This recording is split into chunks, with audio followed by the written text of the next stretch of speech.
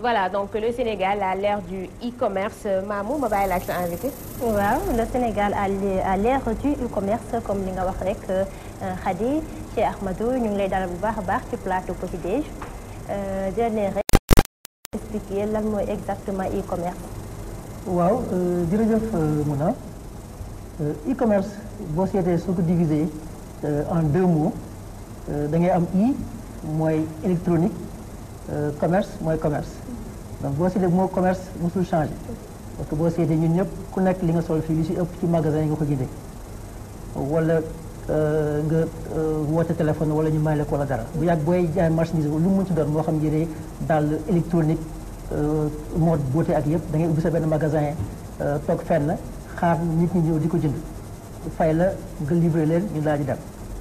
léegi bi jamono demee ba soppeeku ak technologie bi ni mu avancé léegi ci monde bi plus particulièrement internet nit ki daal ne léegi li ngay toog léegi soxla dara di dem ba magasin di ko jënd moo xam ak embouteillage yu metti bu fekkee Sénégal nga jël ak jot bi nga xam ne kenn amu ko est-ce que mënuñu xool ndax mënuñu utiliser technologie de l'information et de la communication pour def ko donc si la ay nit xalaatee ne léegi boo créé benn site internet mën a nekk magasin bon différence bi mooy magasin bi da ngay dox dem foofu mais magasin bi da ngay dem ci benn site internet xool li nga bëgg jënd nga tànn ko après nga fay ko après ñu livrer la ko donc loolu mooy différence bi. boo seetee e-commerce li tax mu xaw a am ampleur mooy mi ngi mel ni rek nga nekk ci benn allée boo xam ne dafa nekk 100 kilomètres chaque 2 mètres nga am benn magasin donc boo nekkee benn site internet ci magasin yooyu da ngay gis ne yàgg ay milliards de boutiques ak de magasins yooyu nekk en compétition donc loolu la en fait mooy jëm e-commerce waaw. kon daal mën nañu ne ci tënk daal e-commerce mooy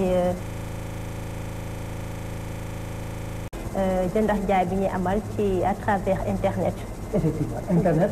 ak technologie de l'information et de la communication. d'accord est-ce que mën nañ xam avantage e-commerce bi. e-commerce bëri na avantage benn bi mooy au lieu ngay déplacé wu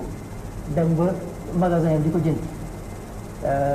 dina la yombal déplacement bi bu fekkee aussi yow nekk nga magasin bu yàgg ba clients yi ngay am mooy ñi lay seet si ak ñi lay fekk si mais léegi boo nekk si internet bi sa marge de manœuvre dafay gën a yaatu non seulement di nga am clients yi nga xam ne dañuy dox romb ñëw sa magasin mais di nga am aussi ñi nga xam ne dañuy toog fu mu mënti nekk moo xam Sénégal États-Unis Chine fu nekk di gis say marchandises ba noppi mën ko jënd boo seeti léegi tailleur yu bëri ak ñi nekk ci mode bi ñu bëri léegi ñu ngi am ay boutiques en ligne bon am na boutique en ligne yoo xam ne c'est professionnel bu mu ne professionnel mooy leen si xam ne seen tur siiw na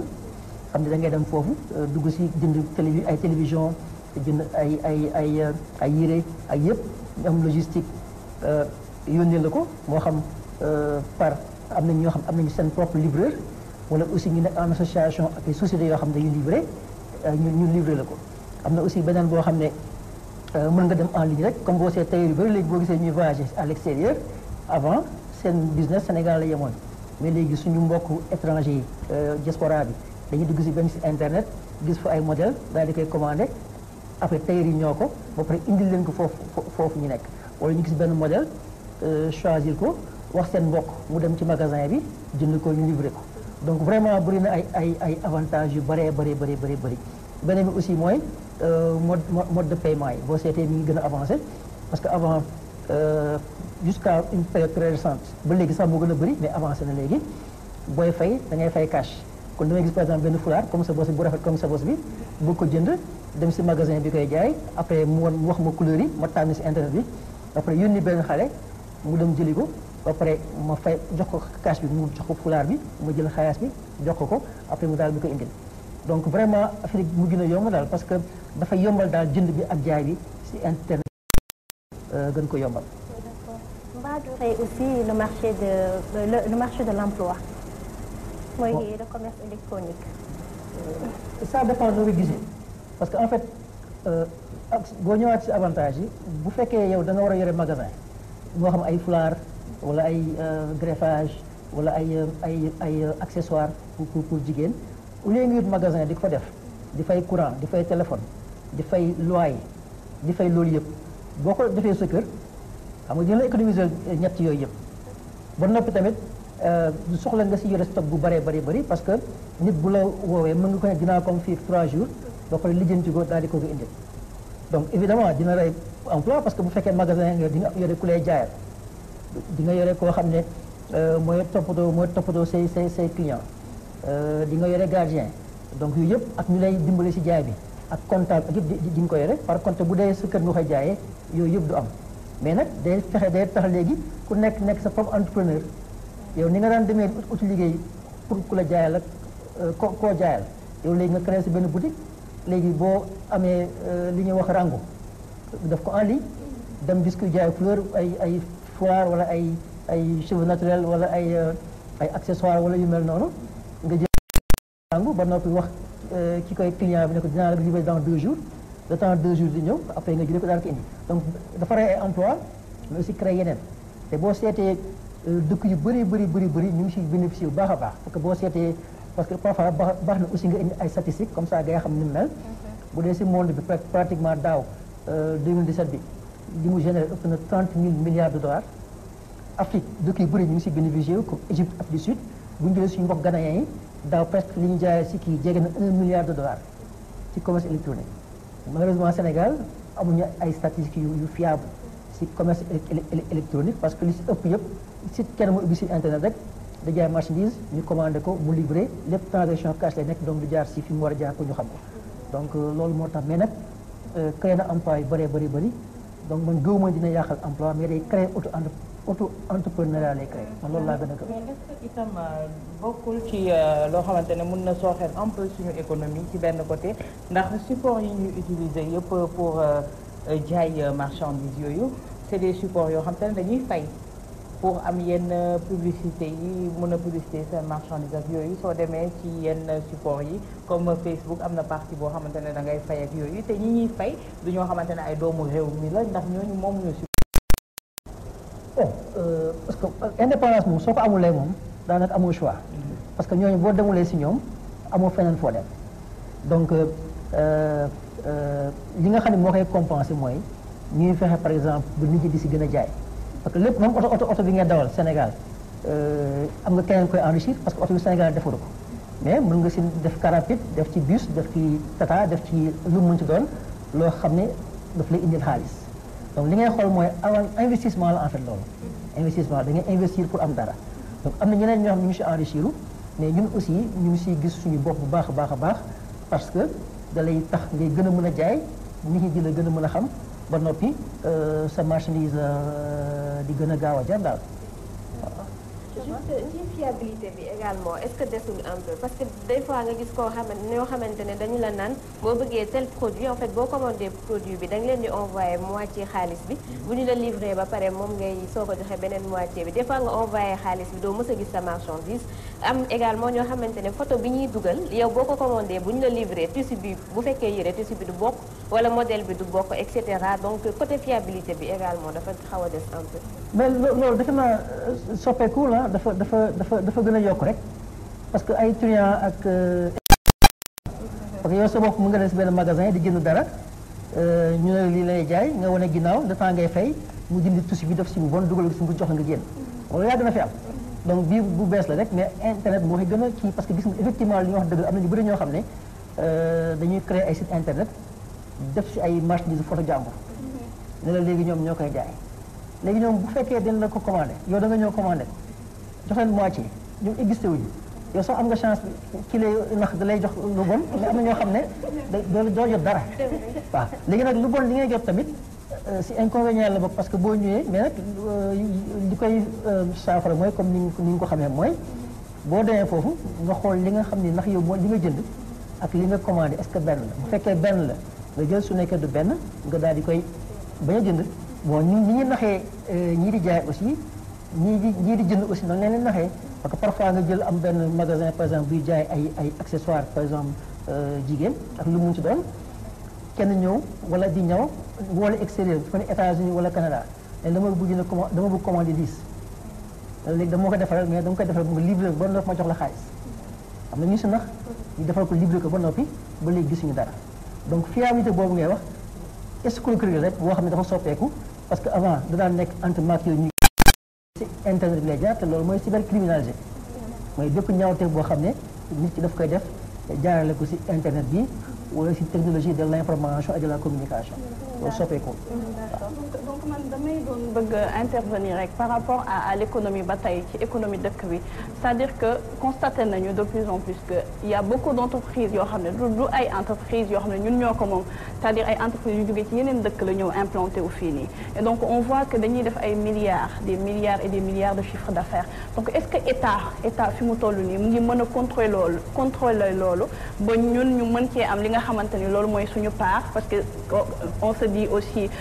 la réalité c'est-à-dire entreprise bi fii la nekk donc ci li muy jaay ñun ci suñu dëkk daf ci war a am donc est-ce que état tey teg na ay dispositions yoo xamante ni mën na contrôler donc la vente en ligne ba mën ci am tamit ñun tamit ñu mën ci am li ñu moom.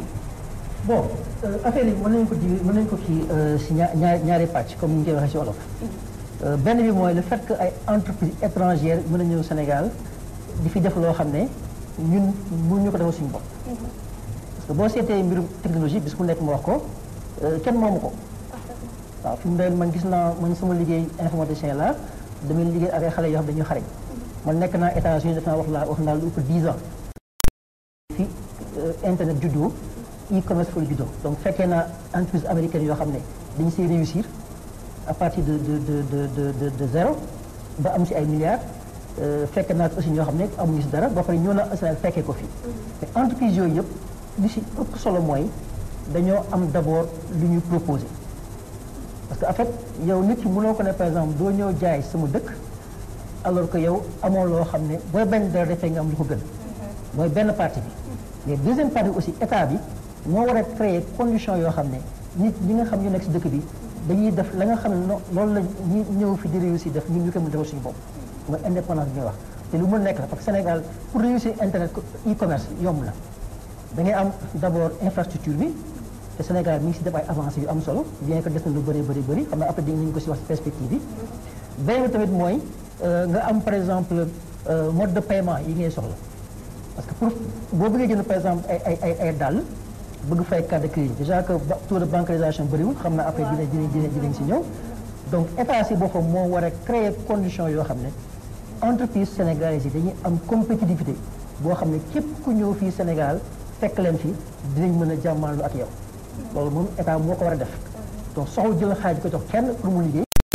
condition yoo xam ne la ñee di defee ñun aussi dinañ ko mën def Sénégal donc te loolu moom lu war a góorgóorlu la. d'accord sànq yaa ngi doon ay États-Unis ñoom dañoo développé mais fii suñu réew mi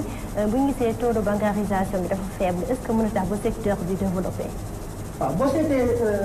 Sénégal bon statistique ñoo ko wax su ma juumalee presque ay 20% sénégalais yi ñoo ay compte bancaire. compte bancaire laa xam ne waxuma carte bancaire. donc parce que am na ñu bëri ñu am nañu compte bancaire amuñu carte bancaire. donc c'est deux choses qui n'ont aucune relation directe. donc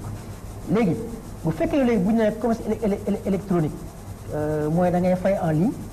alors que yow conditions yi c'est pas réuni pour nga fay en ligne. loolu ça pose problème bien que léegi ces 2 années yu mujj yi am na ay sociétés yu bëri yoo xam ne créé nañu ay application wala ay portail li ñuy wax portail la ñuy wax en anglais en français ak anglais yëpp yoo xam ne day permettre nit mën si jënd mais yooyu ba léegi des na donc li si ëpp mooy dem fay paiement à la livraison moo fi ëpp bu am na ay sites yu siiw yoo xam ne bon soxla ñu tudd seen tur ñoom mën nga fay en ligne bu fekkee am nga carte de crédit wala carte bancaire bon carte bancaire léegi sax commencé na bëri parce que ñu bëri léegi mën na jaay carte bancaire te doo soxla carte paiement pré-paiement la ñu ko tuddee prepaid card en anglais jënd ba pare di fay comme bu fekkee yore nga carte bancaire donc loolu moom ça pose problème te mbir la boo xam ne aussi dañ si war a gën a góorgóorlu mooy bancarisation bi parce que sénégalais cash la gën a gëm que dugal carte de crédit parce que bon ñu si bëri boo leen laajee ñu ne comme li nga wax léegi est-ce que wóor na xam nga beneen bi tamit mooy xamuñu ko ku nekk loo xamoo ko mais lu ñu war a liggéey la parce que police de sécurité itam tooguma la am na banque yoo xam te ne dañuy bañ paiement par carte seen carte bancaire soo ko yoree tu peux pas payer en ligne. Parce que je me dis que bu fekkee pour paiement en ligne dafa am benn logo boo xam ne moo si war a am pour nga mën a pour nga def paiement en ligne parce que en fait banques yi ñoom ay agrément ak ñooñu comme ça boo defee transaction électronique financière si benn site wala fu mu munti doon ñoom ñooy ñoo koy process ni ko anglais di waxee ba noppi léegi débité ko si banque bi sa compte bancaire après mu dem mais yooyu yëpp effectivement même bu fekkee banque boo xam ne am na banque amuñu ko sax dañ ko bañuñu ko mais dañ ko amul donc banque yi ko wax aussi dañ si xaw a